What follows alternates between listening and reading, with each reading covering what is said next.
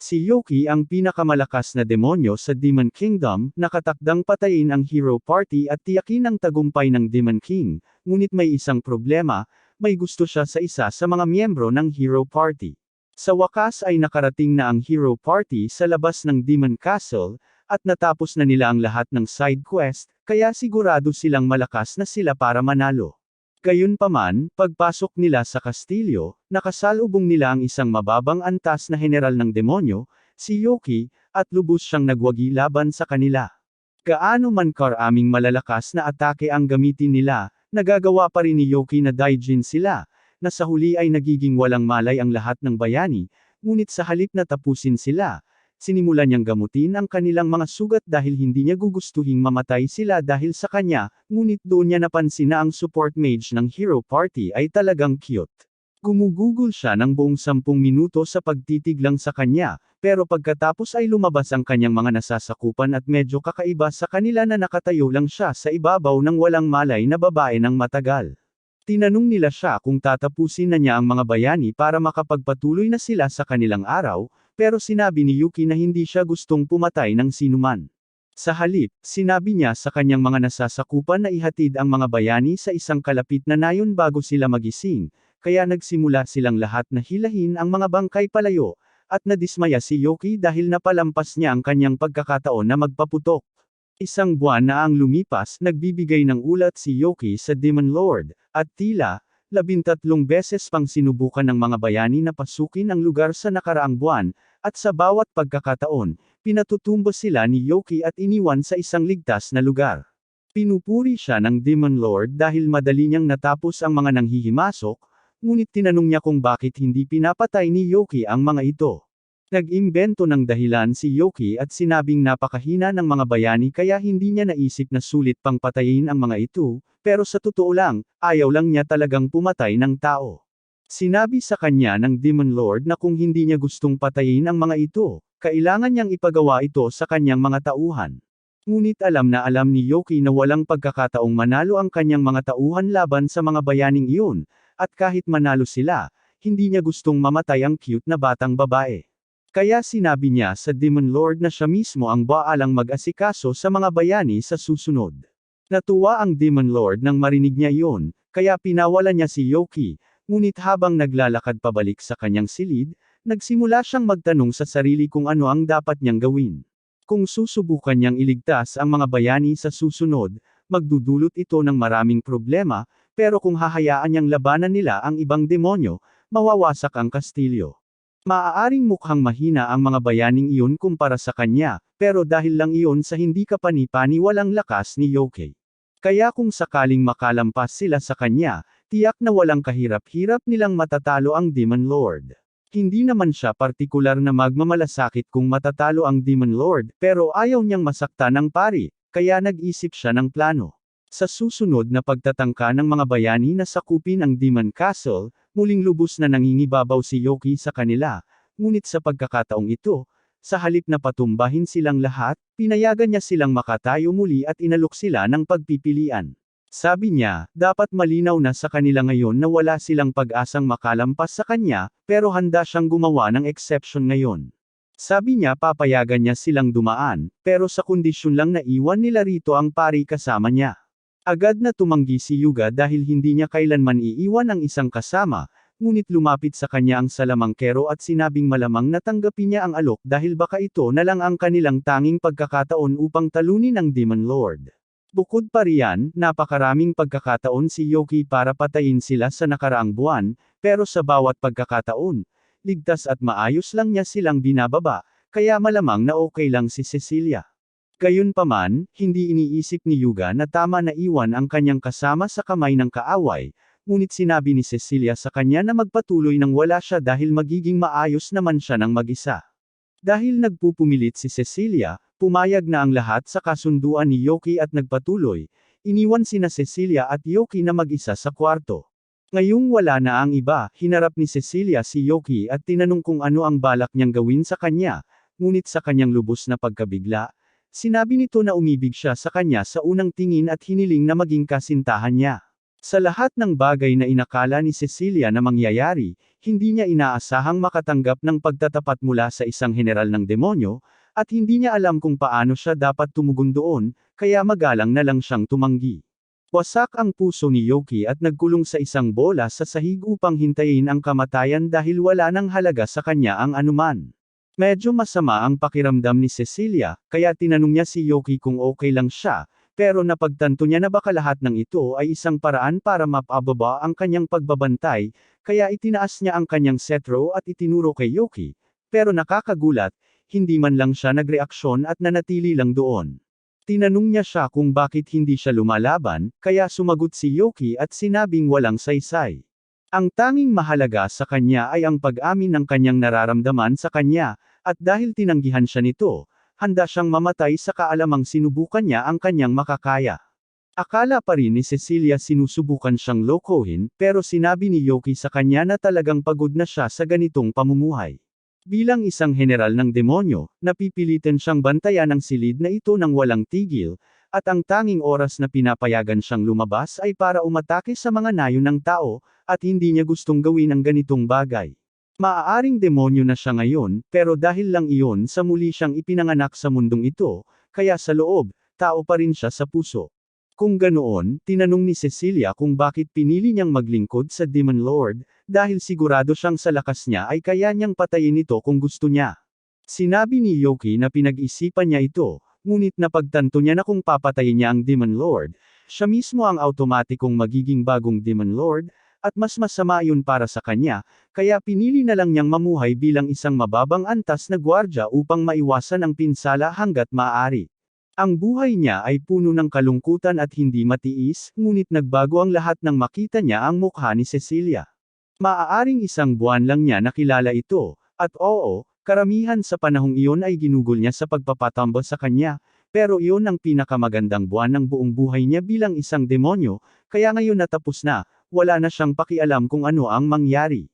Sinabi ni Cecilia sa kanya na tumigil sa pagsasalita ng ganoon, dahil kung tunay siyang tao sa loob, gaya ng sinasabi niya, hindi pa huli ang lahat para mamuhay siya ng may kabuluhan. Ilang araw pagkatapos matagumpay na talunin ng Hero Party ang Demon Lord, bumalik sila sa kabisera kung saan nagpasalamat ang hari sa kanilang magiting na pagsisikap. Ipinahayag niya na ang susunod na 3 araw ay lalaan sa pagdiriwang ng mga nagawa ng Hero Party, ngunit sa parehong oras, sa labas ng lungsod, kara-rating lang si Yoki at naghahanda ng simulan ang kanyang buhay bilang tao. Binigyan siya ni Cecilia ng direksyon kung paano makarating dito, kaya ang kailangan na lang niyang gawin ngayon ay magpanggap na tao at makakapagpalipas siya ng oras kasama niya. Pero una, kailangan niyang tanggalin ang sungay niya, at siguradong masakit yon. Habang nagaganap ang parada para sa mga bayani, nagtungo si Yoki sa Adventurers Guild at humiling na magparehistro. Ang lalaki sa counter ay inis kay Yoki, pero hindi dahil hindi niya siya gusto, kundi dahil tamad siya at gusto niyang matapos ang araw nang walang ginagawa. Dahil gusto ni Yoki na magparehistro, kumuha siya ng form sa pagpaparehistro at ibinigay ito sa kanya upang punan. Pagkatapos punan ni Yoki ang form, ipoproseso ito ni Clayman at gagawa ng guild card para sa kanya. Ipinaliwanag niya na kailangang magsimula si Yoki sa F rank, ngunit maaari siyang umakyat sa S sa pamamagitan ng pagkumpleto ng mga quest at pagpapataas ng kanyang reputasyon. Kapag nakumpirma ni Yoki na naiintindihan niya ang mga patakaran, ibibigay na sana ni Clayman ang kanyang guild card, pero bago niya gawin iyon, sinabi niya kay Yoki na napakahirap muling mag-issue ng mga card na ito, kaya mas mabuting huwag niya itong mawala. Partikular, sa loob ng susunod na 3 araw dahil si Clayman lang ang may shift hanggang matapos ang Hero Festival, at hindi niya gustong harapin ang lahat ng abalang administratibo. Nangako si Yoki na mag-iingat, kaya kinuha niya ang kanyang card at umalis para tapusin ang ilang misyon, at sa pagtatapos ng araw, kumita siya ng malaking halaga. Hindi pa niya nakikilala si Cecilia, pero ang plano niya ay magtrabaho muna bilang adventurer at maging sapat ang tagumpay para maging karapat-dapat kay Cecilia, at pagkatapos gawin ang lahat ng iyon, kapag nagtapat ulit siya sa dalaga, siguradong tatanggapin nito ang kanyang pagmamahal. Sa mga susunod na araw, regular na nagpapakita si Yoki sa guild para tanggapin ang pinakamaraming quest na kaya niya, at nagsisimula na siyang makakuha ng kaunting atensyon dahil nagugulat ang mga tao sa bilis ng pag-akyat niya sa ranggo. Ngayon, kukuha siya ng 5 pang bagong quest, kaya diretso siyang naglakad papunta sa mesa ni Clayman at hiniling sa kanya na ay proseso ang mga ito para sa kanya. Pero galit na galit si Clay dahil hindi niya maintindihan kung bakit patuloy na nagdadala si Yoki ng napakaraming trabaho sa kanya gayong may isa pang receptionist sa kabilang dako. Sinabi ni Yoki kay Clay na nagiging malapit lang siya sa kanya, lalo na dahil nakakagulat siyang bilis sa pagproseso ng lahat ng mga form ng quest na dinadala niya. Pero speaking of which, nagtataka na si Clay kung sino talaga si Yoki, dahil imposibleng isang ordinaryong baguhan ang makapagtaas ng ranggo mula F hanggang D sa loob lang ng isang linggo. Medyo nag-aalala si Yoki dahil hindi niya naamalayan na baka mapahamak siya sa sobrang pagtatrabaho, pero walang balak si Clay na imbestigahan siya. Masyadong maraming trabaho iyon, at hindi naman krimen ang mabilis na pag-akyat sa ranggo, kaya walang dahilan para magkaproblema si Yoki dahil doon. Naluwagan ang pakiramdam ni Yoki nang marinig iyon, ngunit bago pa man matapos ni Clay na ay proseso ang mga quest, lumapit si Cecilia at hiniling kay Yoki na kanselahin ang kanyang mga quest para sa araw. Sabik siyang makita ulit siya, pero mukhang may seryosong pag-uusapan, kaya pinakiusapan niya si Yoki na pumunta sa bahay niya para makapag-usap silang dalawa. Agad-agad pumayag si Yoki, at nang sa wakas ay makarating sila, dinala siya ni Cecilia sa loob at naghanda ng isang tasa ng tsaa para sa kanya. Humihingi siya ng paumanhin dahil hindi niya siya nagawang makipagkita ng mas maaga, pero sinabi ni Yoki na hindi na kailangang humingi ng paumanhin dahil hindi rin naman siya gaanong nagsumikap na makipagkita sa kanya. Sa pagbanggit dyan, tinanong niya ito kung paano niya nalaman na nasa guild siya ngayon, kaya ipinaliwanag nito na halos lahat ay nag-uusap tungkol sa kanya kamakailan. Halos hindi pa naririnig na may baguhan na umakyat sa ranggo ng kasing bilis niya, kaya natural lang na magsimulang mag-usap ang mga tao tungkol dito, at nang marinig ni Cecilia ang mga chismis, alam niyang si Yoki ang may gawa nito. Na nagdadala sa kanya sa paksang gusto niyang talakayin sa kanya. Sinabi niya kay Yoki na gusto niyang tumigil ito sa pagiging adventurer, at nagulat ito nang marinig ito dahil walang katuturan, pero sigurado siyang may dahilan, kaya humiling siya kay Cecilia na ipaliwanag kung bakit. Sinabi ni Cecilia sa kanya na maaaring natalo na ang Demon Lord, pero hindi naman ibig sabihin na nawala na lahat ng banta sa mundo, at nag-aalala siya na magsisimulang mag-away ang iba't ibang bansa na nagtutulungan para maipakita ang kanilang kahijitan sa isa't isa. May mga palatandaan na ito dahil hindi mabilang na bansa ang sumubok na ipadala ang kanilang mga prinsesa sa bayani upang magtatag ng politikal na kasal para magamit siya bilang tao-tauhan kapag dumating ang panahon ng digmaan. Lahat ng bansa ay abala sa paghahanap ng malalakas na kaalyado na gagamitin, at dahil sa galing ni Yoki sa guild, hindi magtatagal bago mapansin ng mga bansa at subukang kunin siya para sa digmaan. Alinman doon, o ituturing nila siyang kaaway, at masisira ang kanyang bagong buhay bilang tao. Kaya naman gusto ni Cecilia na tumigil siya sa pagiging adventurer, at naiintindihan ni Yoki kung bakit siya nag-aalala, pero may mga bayarin siyang kailangang bayaran, at ang pag-a-adventuring lang ang tanging paraan para kumita siya. Naiintindihan ni Cecilia iyon, kaya naman sinabi niyang handa siyang personal na kumuha sa kanya, subalit, wala siyang sapat na pera para bayaran si Yoki ng halagang katumbas ng kanyang lakas, kaya naman, upang punan ang kakulangan, nag-alok siyang gawin ang anumang gusto niya dahil hindi niya kayang ipahintulot na gamitin siya ng bansa bilang tauhan sa digmaan. Sinabi ni Yoki sa kanya na tumigil sa pagyuko, dahil walang anumang bansa ang maaaring gawin para kumbonsihin siya na sumali sa isang digmaan, lalo na sa isang labanan. Sa huli, si Cecilia lang ang taong handa siyang pakasalan. Naluwagan ang pakiramdam ni Cecilia nang marinig na hindi magpapatinag si Yoki, at kung sigurado siyang hindi siya malilinlang ng anumang pakana. Pagkatapos ay sinabi niya sa kanya na malaya siyang magpatuloy sa paglalakbay kung gusto niya, bagaman dapat pa rin siyang maging tahimik. Sa sandaling iyon, may kumatok sa pinto, at nagkataong ito ay ang ina ni Cecilia, at narito siya dahil interesado siyang makilala ang kaibigang dinala ng kanyang anak sa bahay. Tinanong niya si Yoki kung sinabi na ni Cecilia sa kanya ang tungkol sa kanyang buhay pag-ibig, at pagbanggit pa lang niya ay nahihiya na si Cecilia, pero tuloy pa rin ang kanyang ina. Maraming proposal na natanggap si Cecilia kamakailan, lahat ay tinanggihan niya, kaya tinanong ng kanyang ina si Yoki kung gusto niyang pakasalan si Cecilia. Talagang gustong pakasalan ni Yoki si Cecilia, pero sinabi niyang hindi niya ito magagawa sa ngayon, dahil sa tingin niya ay hindi pa siya sapat, kaya kapag nagkaroon na siya ng matatag na buhay, muli siyang magtatapat sa kanya at siya na ang magdedesisyon kung gusto niya siyang pakasalan o hindi. Gusto ng nanay ni Cecilia ang sagot ni Yoki, dahil kung sinabi niyang oo, hindi pa rin niya siya papayagan na pakasalan ang anak niya. Pero ang sagot niya ay nagpakita ng pagiging mature, kaya sinabi niya sa kanya na malugod siyang tinatanggap sa bahay na ito anumang oras. Maya-maya pa, nakita natin si Yoki sa gitna ng isa sa kanyang mga hero quest, at kahit na ang ganitong bagay ay karaniwang tumatagal ng isang buong linggo para makumpleto, nagawa niya itong matapos sa isang araw lamang. Gayunpaman, nang papauwi na siya, bigla siyang inatake.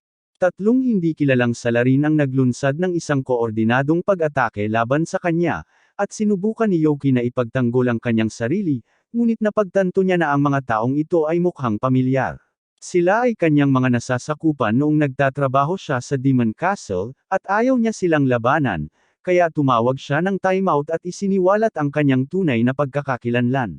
Tuwang-tuwa silang lahat nang makitang buhay pa si Yoki, ngunit nagalit din si Duke na halos iwanan sila ni Yoki nang umatake ang grupo ng mga bayani, dahil wala siya roon para alagaan sila gaya ng dati.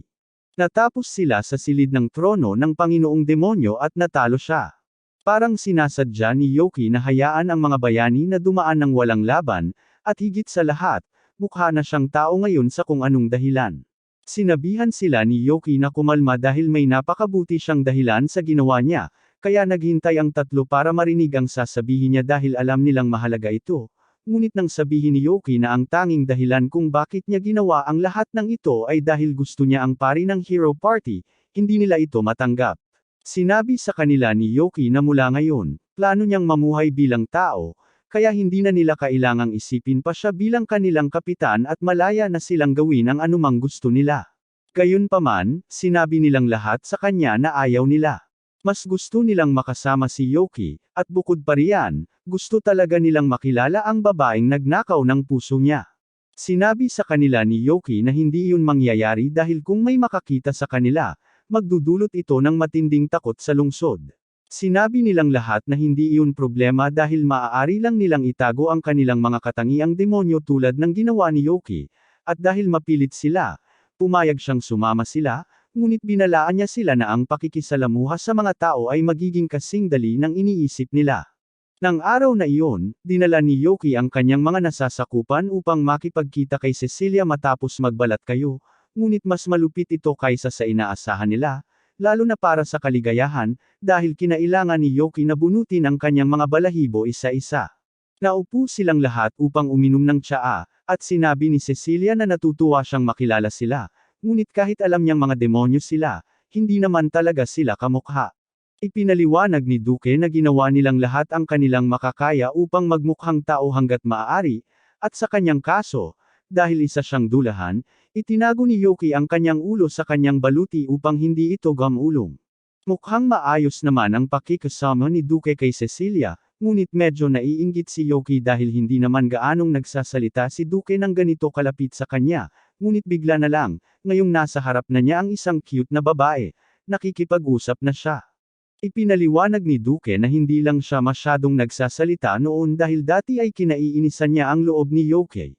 Kilala si Yoki bilang isang taong laging nakakulong sa kastilyo ng mga demonyo, at kahit na sinisigawan siya ng kanyang nakatataas na lumabas at pumatay ng ilang tao tulad ng isang kagalang-galang na general ng demonyo, pinagbabantaan lang siya ni Yoki na bugbugin hanggang sa sumuko na ito at iniwan na lang siya.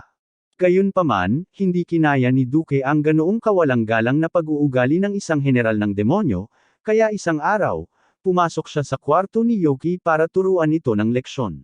Inakala niyang madaling matuklasan ng isang taong walang pakialam, ngunit nagkamali siya, at binugbog pa siya ni Yoki.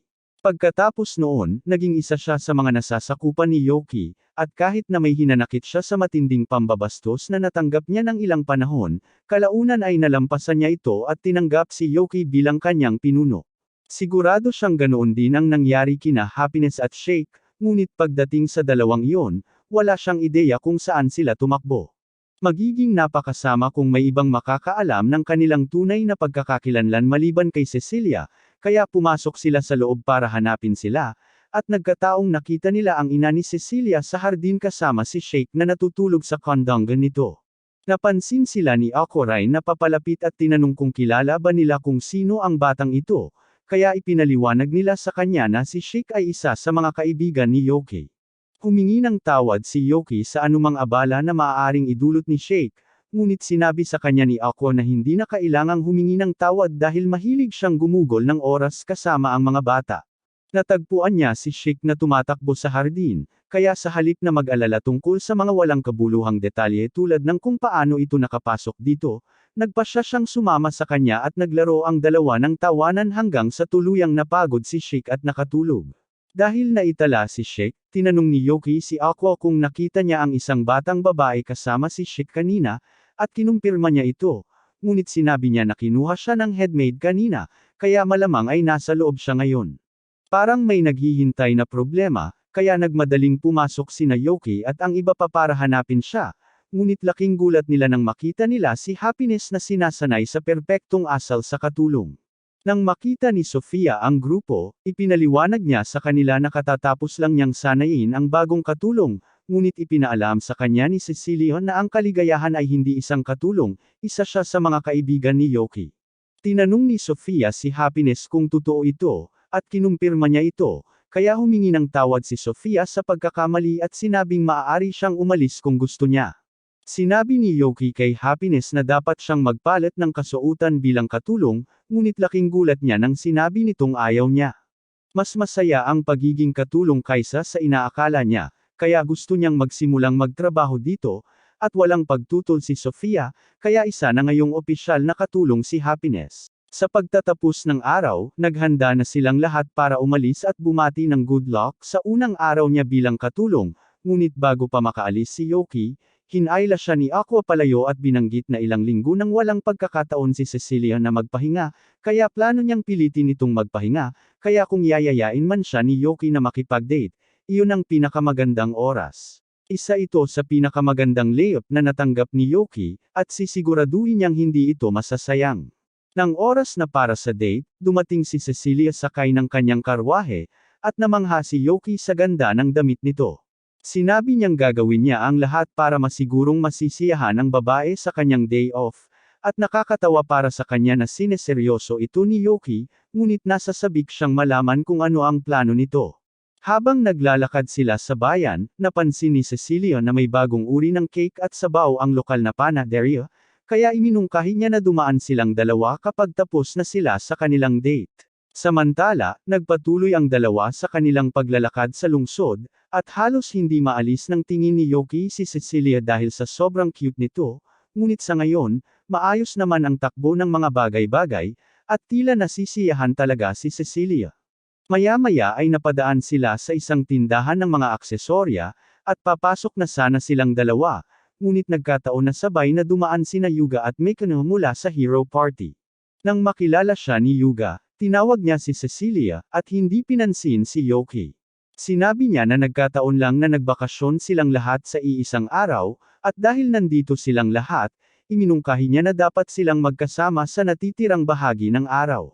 Magalang na tinanggihan siya ni Cecilia sa pamamagitan ng pagpapaliwanag na kasama na niya si Yoki, at ngayong nabanggit na si Yoki, pakiramdam ni Yuga ay nagkita na silang dalawa sa isang lugar noon. Sinabi sa kanya ni Yoki na malamang ay niloloko lang siya ng isip niya, at nagpasya si Yuga na hayaan na lang muna ito. Pagkatapos ay iminungkahi niya na dapat silang lahat ay pumasok ng sama-sama para walang maiwan, at halos hindi na niya binigyan ng oras si Cecilia para tumutol bago niya ito pinapasok. Nagalit si Mikano tungkol sa lahat ng ito dahil noong isang araw ay nakumbinsi niya si Yuga na makipag-date sa kanya. Nangyari ito. Nakikita niyang nakikipag-date din si Yoki kay Cecilia, kaya binati niya ito ng good luck dahil kung mapapaibig niya si Cecilia sa kanya, wala nang magagawa si Yuga kundi ang mag-focus sa kanya. Habang papasok si Yoki, nagkita silang muli ni Cecilia, at dahil nandito sila, inalok niya itong bilhan ng regalo. Sinabi ni Cecilia sa kanya na hindi niya kailangang gawin iyon, ngunit sinabi ni Yoki na ito ang paraan niya ng pasasalamat sa lahat ng tulong na ibinigay nito sa kanya, kaya pumayag siya kalaunan. Nakita ito ni Yuga, at agad siyang nakaramdam ng matinding selos, kaya pumagitan siya sa kanilang dalawa at sinabing gusto niyang pumili ng mga regalo para sa lahat, na malinaw na sinusubukang talunin si Yoki.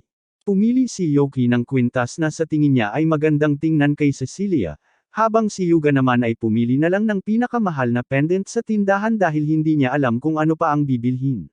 Sinubukan niyang ipasuot ito kay Cecilia, ngunit sa proseso, aksidente niyang natanggal ang kanyang maskara, at ngayong hindi na nito suot ang kanyang sombrero at salamin, agad siyang nakilala ng lahat ng tao sa tindahan at ang iba pang miyembro ng Hero Party.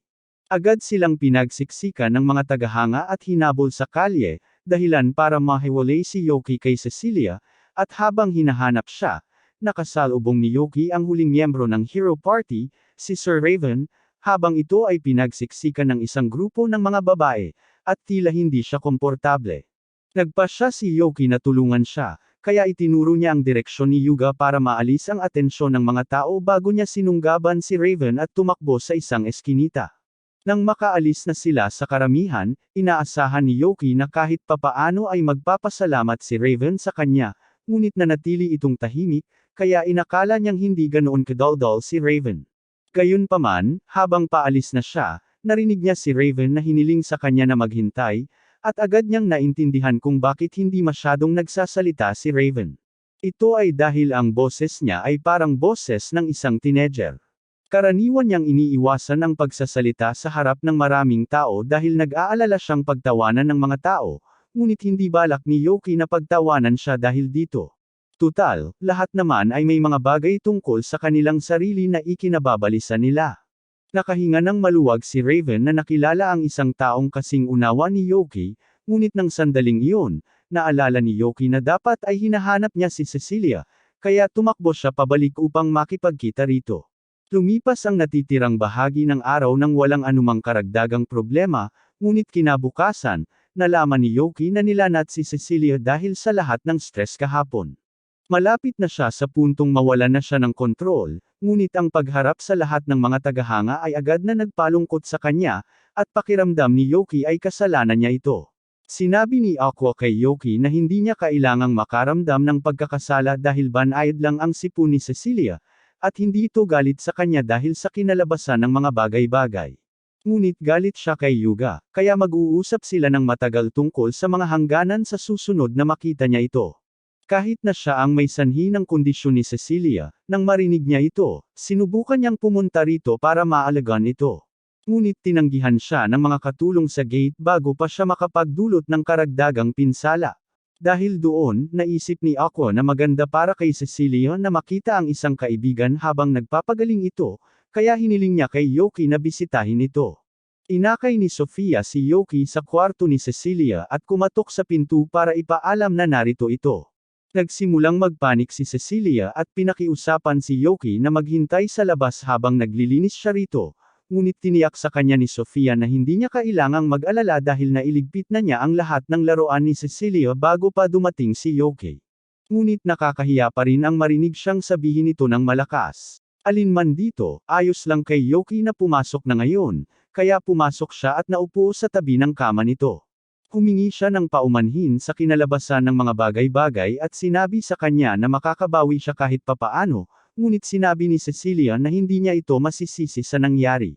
Gayunpaman, kung talagang nakokonsensya siya tungkol dito, sasabihin sa kanya ni Yoki na makakabawi siya sa pamamagitan ng pakikipag-date muli sa kanya kapag nakabawi na ito.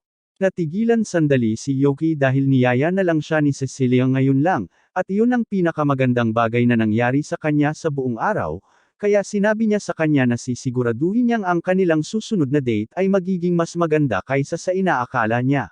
Sa kasamaang palad, medyo masigasig siya sa kanyang deklarasyon at ang pagsigaw kay Cecilia ay maaaring magpalala sa kondisyon nito, kaya pumasok si Sofia at magalang na pinalayas siya. Pauwi na sana siya, ngunit bigla niyang napansin si Raven na kinakabahang naglalakad papunta sa bahay ni Cecilia at na-curious siya kung ano ang ginagawa nito rito, kaya lumapit siya para kumustahin. Tila maraming iniisip si Raven, kaya tinanong ni Yuki kung may bumabagabag sa kanya, at inamin ni Raven na sinusubukan niyang mag-ipon ng lakas ng loob na umamin sa babaeng gusto niya. Tulad ni Yuki, hindi siya natawa sa boses nito nang marinig niya ito, at mula noon, may gusto na si Raven sa kanya, ngunit hindi siya sigurado kung gusto rin siya nito pabalik. Hindi talaga maintindihan ni Yoki kung bakit nag-aalala si Raven dahil matangkad, gwapo, at sikat ito. Ang tanging problema niya ay ang kanyang boses at sinabi na ng babaeng gusto niya na wala siyang pakialam, kaya malaki ang posibilidad na tanggapin nito ang kanyang nararamdaman. Napagtanto ni Raven na tama si Yoki, kaya nagpasya siyang ituloy ang kanyang pag-amin at ipinagmamalaki siya ni Yoki. Ngunit napagtanto niya na si Raven ay naglalakad papunta sa bahay ni Cecilia, kaya maaaring lumikha siya ng mas maraming kompetisyon para sa kanyang sarili.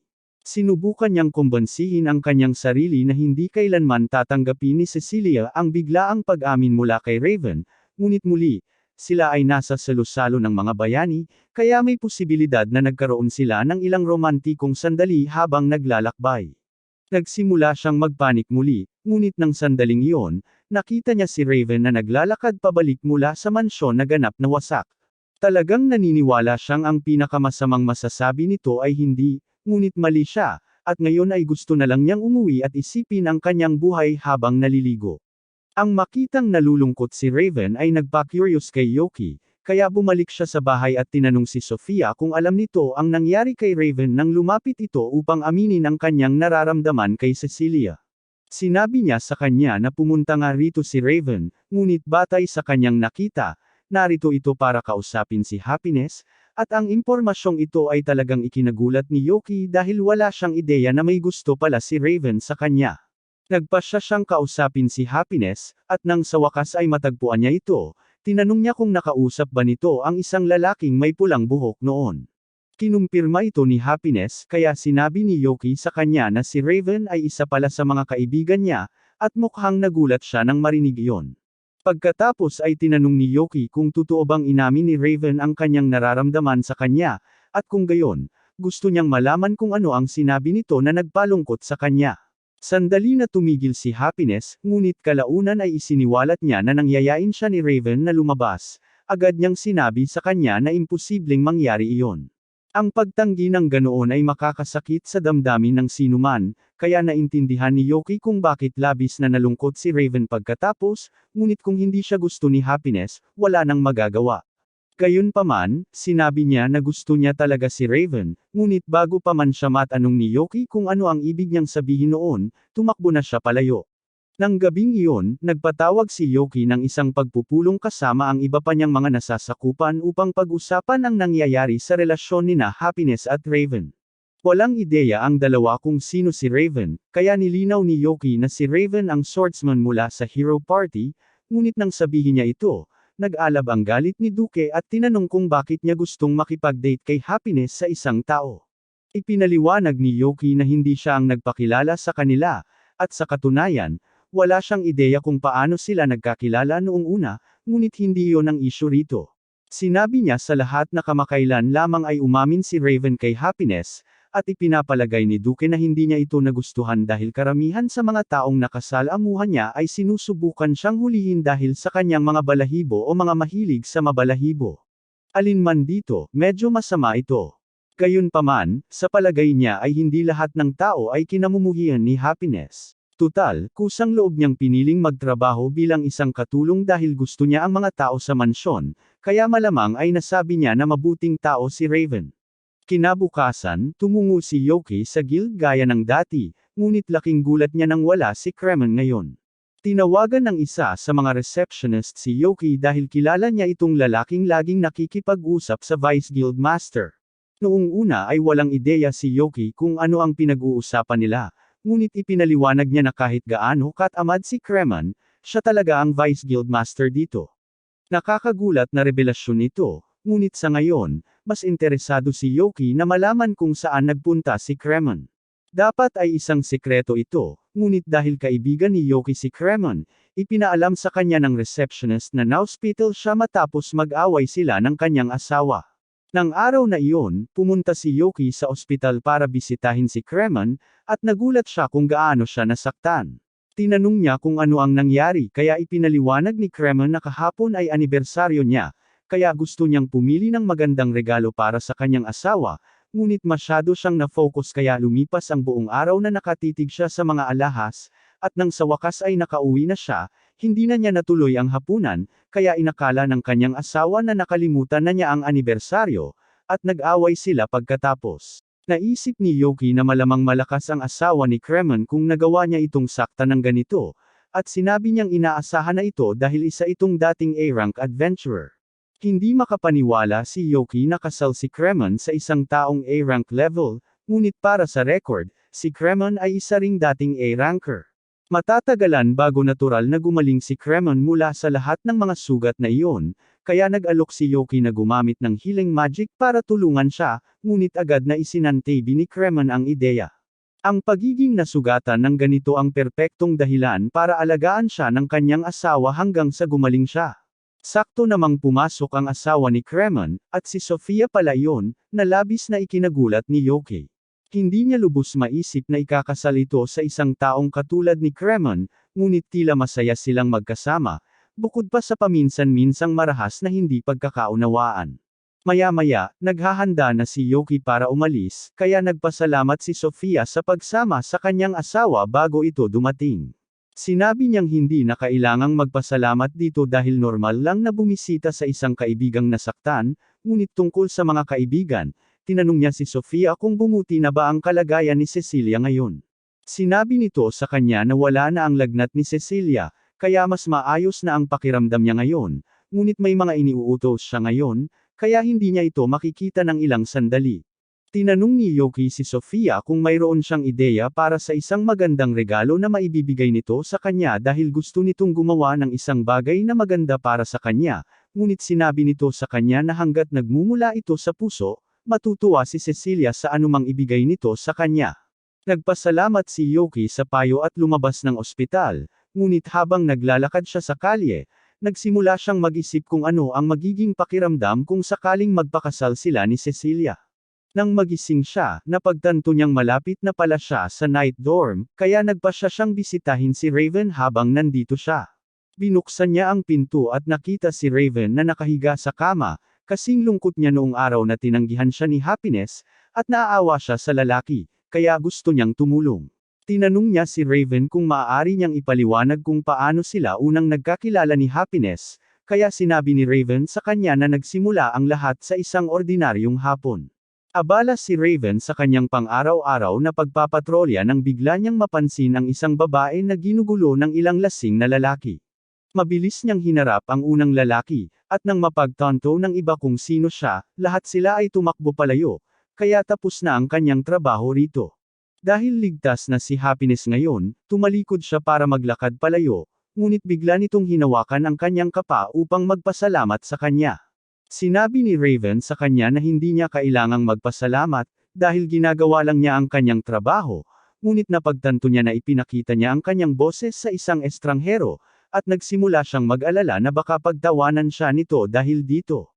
Gayunpaman, sa kabaligtaran, sinabi sa kanya ni Happiness na maganda ang kanyang boses. Noong una, inakala niyang nagbibiro lamang ito, ngunit seryoso si Happiness dahil talagang nagustuhan niya ang tunog ng boses ni Raven. Pagkatapos ay nagpasalamat siyang muli sa pagliligtas sa kanya at tumakbo upang tapusin ang kanyang pamimili para sa araw na iyon, ngunit nag-iwan ito ng pangmatagalang marka sa kanya. Kaya naman kalaunan ay nagkaroon siya ng lakas ng loob na umamin dito, ngunit hindi ito naging kasing ganda ng inaasahan niya. Sa tingin niya ay isang pagkakamali ang umamin ng ganoon kaga kung kailan halos hindi sila magkakilala dahil marahil ay hindi siya komportable. Gayunpaman, sinabi ni Yoki sa kanya na hindi siya dapat sumuko ng ganoon kagad dahil may pakiramdam siyang maaaring may pagkakataon pa rin siya kay Happiness, ngunit sa ngayon, iminungkahi niya na dapat silang dalawa ay lumabas ng ilang sandali upang pasayahin siya. Dinala ni Yoki si Raven sa tindahan ng alahas na pinuntahan niya noong nakaraan kasama si Cecilia, dahil hindi niya nabili ang kwintas na iyon para dito, at habang naroon sila, nakakita si Raven ng isang magandang palawit na babagay kay Happiness. Hindi siya sigurado kung dapat ba niya itong bilhin o hindi, dahil maaaring isipin ni Happiness na kakaiba ang makatanggap ng regalo mula sa isang taong halos hindi niya kilala, ngunit tiniyak sa kanya ni Yoki na pahahalagahan niya ang ideyang inilagay niya rito. At kung wala ng iba pa, tiyak na magugustuhan niya ang disenyo dahil bagay na bagay ito sa kanya. Kalaunan ay nagpasya si Raven na bilhin ang palawit, at dahil ayaw niyang may makarinig sa kanyang boses, nakipag-usap siya sa Kaera gamit ang panulat at papel. Gayunpaman, habang palabas na sila ng tindahan, nakasalubong ni Yuki at Raven si Mikuna, at nagulat siya nang makita silang dalawa sa isang tindahan ng alahas na magkasama. Tinanong niya kung ano ang ginagawa nila rito, at agad na sumagot si Yuki, sinabing narito sila para bumili ng mga regalo para sa mga babaeng mahal nila. Alam na ni Mikuna na may gusto si Yuki kay Cecilia, kaya hindi na siya nagulat doon, pero wala siyang ideya na may gusto rin pala si Raven. Hiniling niya rito na sabihin na ang totoo, pero ayaw magsalita ni Raven habang nasa tabi niya, at kasalanan niya iyon dahil minsan na niyang pinagtawanan ang boses nito, at mula noon, naging masyadong nahihiya ito para magsalita habang nasa tabi niya. Naaawa si Mikuna tungkol dito, at humingi na siya ng tawad, pero alam niyang hindi mababago ng paghingi ng tawad ang ginawa niya, kaya ayaw niya itong pilitin. Gayunpaman, kahit ayaw siyang kausapin ni Raven, gusto pa rin niyang marinig ang lahat ng detalye tungkol sa crush nito, kaya niyaya niya ito at si Yuki na kumain ng tanghalian kasama niya. Gayunpaman, nang sa tingin niya ay handa na silang mag-usap, sinimulan ni Yuki at Raven na punuin ang kanilang mga mukha ng pagkain para hindi na nila kailangang magsalita. Perpekto ang plano, pero nang banggitin ni Mikuna na maaari niyang ikwento kay Yuki ang ilang bagay tungkol kay Cecilia kung kakausapin nito, agad siyang sumuko sa plano. Tinanong siya ni Mikuna kung gaano nakalayo ang narating nila ni Cecilia, at sinabi niya rito na walang espesyal dahil hindi pa sila nagliligawan, at tila nakatanggap siya ng napakaraming alok sa kasal, kabilang ang isa mula kay Yuga. Medyo nenas si Mikuna nang marinig ito dahil hindi niya maintindihan kung bakit hindi pa nito napapansin ang mga pahiwatig nito. Noon pa man ay medyo baliw na ito, kaya minsan ay hindi niya sinasadyang madatnan ito at si Cecilia na nagpapalit o naliligo, at napakapopular niya sa mga kababaihan kaya naman palaging nabubuo ang napakaraming tao saan man sila magpunta. Hindi naman talaga niya ito sinasadya, ngunit ang kanyang walang pakialam na pag-uugali ay talagang nakakainis kay Cecilia, at maaari itong maging nakakatakot kapag galit ito. Tinanong ni Mikuna si Raven tungkol sa crush niya, pero pinutol siya ni Yuki dahil ayaw niyang hayaan siyang guluhin siya nito. Nangako si Mikuna na hindi niya ito tinatangkang pagtawanan dahil sa crush niya o ano paman, mayroon lang siyang ilang problema sa relasyon na gusto niyang pag-usapan. Ang totoo, may pakiramdam siyang kinamumuhian siya ni Yuga dahil sa isang bagay na ginawa nito. Sinabi niya kay Yuki na, kahit na sinasabi ng ulat ng kaharian na inaangkin nila ang ganap na tagumpay laban sa Demon Lord, natalo sila ng maraming beses at ito ay dahil sa isang random na Demon General. Sa bawat pagkatalo nila, napupunta sila sa isang kalapit na nayon na gumaling na ang lahat ng kanilang mga sugat sa kung anong dahilan, ngunit kahit ilang beses silang umatras, patuloy silang tinatalo ng demonyong iyon sa mga pinaka-nakakahiya na paraan. Nagsisimula ng makaramdam ng kaunting pagkakasala si Yuki dahil ilang beses niyang pinatagal ang kanilang pagkatalo para mas matagal niyang makita si Cecilia, ngunit bilang depensa, hindi niya sila tinatangkang ipahiya. Gayunpaman, pagkatapos ng bawat pagkatalo, napilitan ang grupo na magsinungaling sa mga tao at itago ang katotohanang natalo sila upang mapanatili ang kanilang pananampalataya sa grupo ng mga bayani, ngunit nauubusan na ng supply at kung hindi nila matatalo ang demonyong iyon sa lalong madaling panahon, mawawalan ng tiwala ang mga tao sa kanila. Doon, sa isang pagtatangka, inalok sila ng demonyong pinag-uusapan. Sinabi nito na papayagan sila nitong dumiretso sa silid ng trono ng Panginoong Demonyo ng walang hamon, ngunit kung handa lamang silang iwanan si Cecilia at si Mikuna ang nakakumbinsi sa lahat na iwanan siya upang hindi makitang isang bigo si Yuga. Nakaligtas si Cecilia, ngunit sa palagay ni Mikuna ay hindi siya pinatawad ni Yuga sa paggawa ng ganoong kalupit na pagpili. Magiliw at masayahin pa rin siyang umasta sa kanya, ngunit nakikita niya na nagbago ang pananaw nito sa kanya. Tiyak na iba rin ang tingin ni Cecilia sa kanya pagkatapos ng nangyari, kaya medyo naging mahirap ang mga bagay sa pagitan nila. Pakiramdam ni Yuki ay may bahagi siyang kasalanan sa lahat ng ito dahil ang kanyang mga aksyon ang naging sanhi ng pagkakawatak-watak sa kanilang grupo, ngunit wala na siyang gaanong magagawa upang ayusin ito. Tinanong niya ito kung sinubukan na ba nitong kausapin si Cecilia tungkol dito, pero paano nga ba niya dapat gawin iyon? Hindi niya basta-basta masasabing handa siyang isakripisyo si Cecilia dahil mas mahalaga sa kanya ang pagprotekta sa karangalan ni Yuga bilang isang bayani. Alam ni Yoki na mahirap itong pag-usapan, pero kung walang gagawin, patuloy silang magiging awkward sa isa't isa ng walang hanggan, kaya sinabihan niya itong pag-isipan ito. Napagtanto ni Mikana na tama si Yoki, kaya nagpasya siyang gawin ang lahat para makabawi. Nagpasya rin si Raven na subukang kausapin muli si Happiness, kaya bumalik sila ni Yoki sa bahay ni Cecilia. Kalaunan ay natagpuan niya si Happiness at humingi ng tawad dito sa pag-amin na biglaan noong huli. Pagkatapos ay iniabot niya sa kanya ang pendant na binili niya at tinanong kung gusto nitong magsimula bilang magkaibigan, at tila nagustuhan ni Happiness ang ideyang iyon.